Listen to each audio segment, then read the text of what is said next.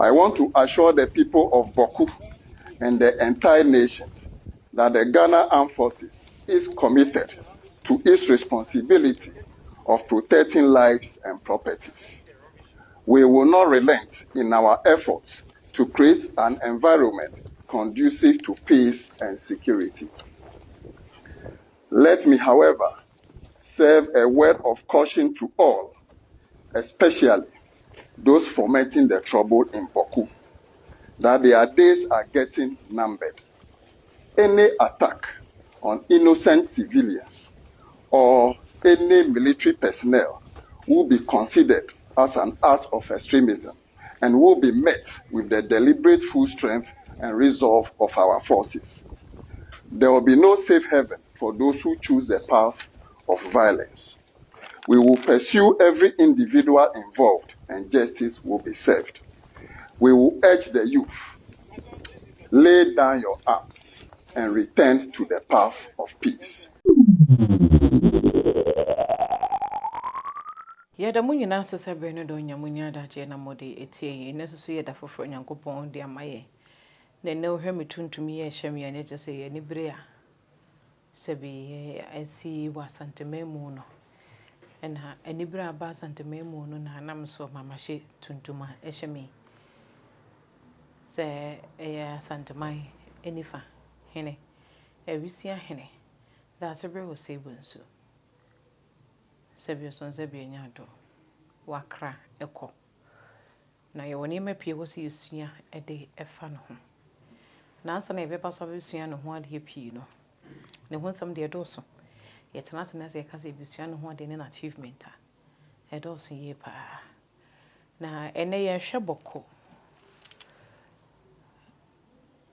museum a ye menhie museum mpanyimfo de krata beto abontense efri ene kwakopem ene ne nansa so no menhie museum wombie na wombetum enam de ekoso ewo menhia fikesi mu nentino na nsem trofo no bi de nsem beto abontino wonim senhie mu ayiro Asantehene ne sebi eye bokufo ni behie mu no nsem trofo bebem de bi nsem trofo ntimi momu ma ne nyeyi esanse nsem aye kan ekuko mu asem ne se ne kususu a enyeyi enu ntino eye fisem ena sebi so sebi nyado yiro Asantehene etena siaka ye ntwamfonyi kakra ne yenko ye chi ne yenkonkohwe ye dagbon ensensem no ebra sebi so sebi nyado dagbon ehon nsensem so de ye yana sebi oto ya yemu a enam so ma entokwa na se etututuo enne de koso sebi dagbon koso no yiro Asantehene sebi wone mpanyifo mu kan bi ewo mu munimu de a won nyina be kan yiro ho mo hwe etoto de mama asomdwe ba ye no o ma amfa dakoro o ma amfa na anu o ma amfa na wotwe o ma amfa bosome o mutena asem mako apem over 1,000 settings and sana sebi asomdwe etimi aba boko asomdwe etimi aba sebi eye dagbon ena nana omampanyi John Dramani Mahama di tudwa se obehwe amad boko nsensem no won wasiesie no na enye bredi kan a sebi nana aye yiro Asantehene chame woni boko mpanyimfo ehya ase atenase abandada na breso ni nyina emu no na abandada na breso ene wo hya ase na ne wo hya ase na otu hu anamo no ezanse mpanyi ya ade a sebi ya na yekukue mu ade ena asomdwe hu nsem so yetase enu nti na mpanyi se yesuma obanyansafo ni mu yensuma na montenten enu nti na mfonyi ne ba ko ana se krata efi yira so ye baye na kase obe resume omo seten na se seten edikan ide ahyase deda enye nne enu nti momyenkotie bra na chieftaincy minister omampanyi na nado danko ekufa do apreso na wo comment fikesi ma yiro Asantehene ede boko ho sebo no ede tu nanim ne bebia wapem de aduru no obo ho tofa ede kire no momyenkohwemra The Asantehene, as part of an intervention, has met the parties separately to let down their weapons. The Otumfour spoke about the mediation efforts when the Minister for Chieftaincy and Religious Affairs, Stephen Asamoah-Boateng, paid a courtesy call on him. Bawku eguso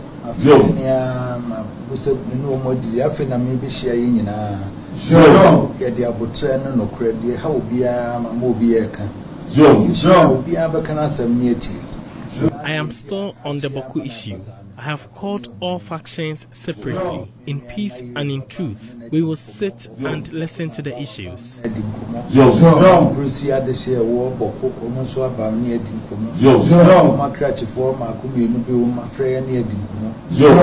Both factions will be allowed to speak out, so we solve the issues. Already, I have spoken to the leaders of the factions and other relevant persons.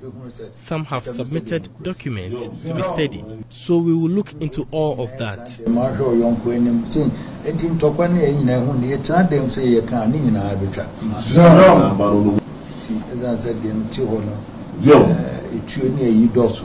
We will all sit in one room and solve the issues. I have asked them to lay down their weapons.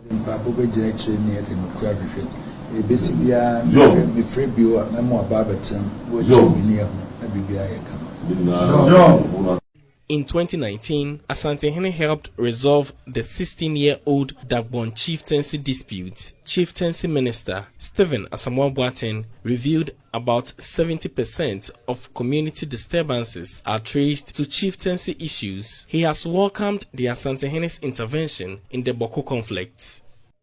The money and the resource we are pumping into these areas is incredible. I've seen bills that we send police officers to go and separate the warring factions, and the bills that come after they've left. Even it's incredible. These are money that we could use to develop and help the youth mostly. So we want to bring down the disputes, the number of disputes drastically. So I have segregated them into the short term, and the medium, and the long term. There are some which are long term, and the dispute has gone on for so long. The others that we can nib it in the bud very quickly, and then we have peace. So for Otumfour to take over, especially Bawku, for us as a government, we are very, very happy. The president has given the go-ahead, and I have also been supportive. And for today, publicly, has even told us how he's met the factions, and at some of the meetings he will call me to witness what's going on. But we leave it to him. He has the wisdom, he has the knowledge, he understands the issues so well, and he has the capacity to bring the warring factions. I'm very happy. It's taking the pressure off the government a bit, and off my shoulders as well, and I trust he can bring peace to Bawku. For Joy News, Nana Yaojima, Kumasi. Mfonye ne yakwa shapa no. Sese nso de bibie egu na kwemu a. Nyame yadomo a. Menshi asetena ebekoso wo menshi ano soso no. Eno so ho de brewo a. Asetena ne baby betena no ayenya ebe.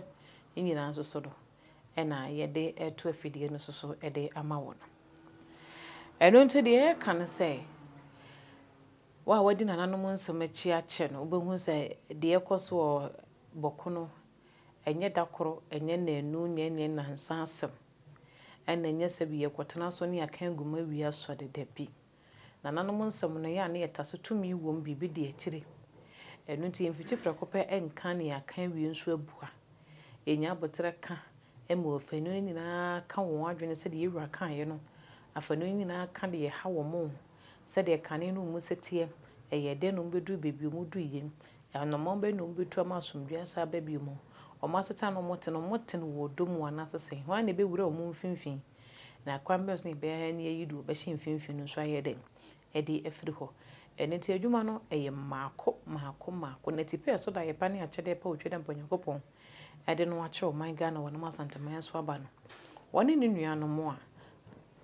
nuanom sabi ebetena se aka ama asomdua matuatima kotwere de etwere ama Bawku asomdua nso so aba Bawku na ye nuanom omo free Bawku a omo te sabi omo ete anafo famu na omo sori anom aso afidie de esi omo so omo kekansem bi eni kwan so won kam de ye kan se ansa na kombe kasa no modi kan kotena Bawku no mo fa afidie nsi omo ni so na won kasa na yɛhwɛ sɛ mbenya ahodroduro ne tumi ne saa de akasa bi wa asomdwe nyina yɛpɛ na de yɛka ne sɛ otwede mpo Nyankopɔn wɔde akyɛde pa adom yɛ no ɔno abɛka yɛwura ho na asomdwe nso aba bɔkɔ sɛdeɛ daa ɛyɛ a wɔyɛ ne no medin de maame fozi otwede mpo Nyankopɔn yɛ adom a yɛbɛhyia makramo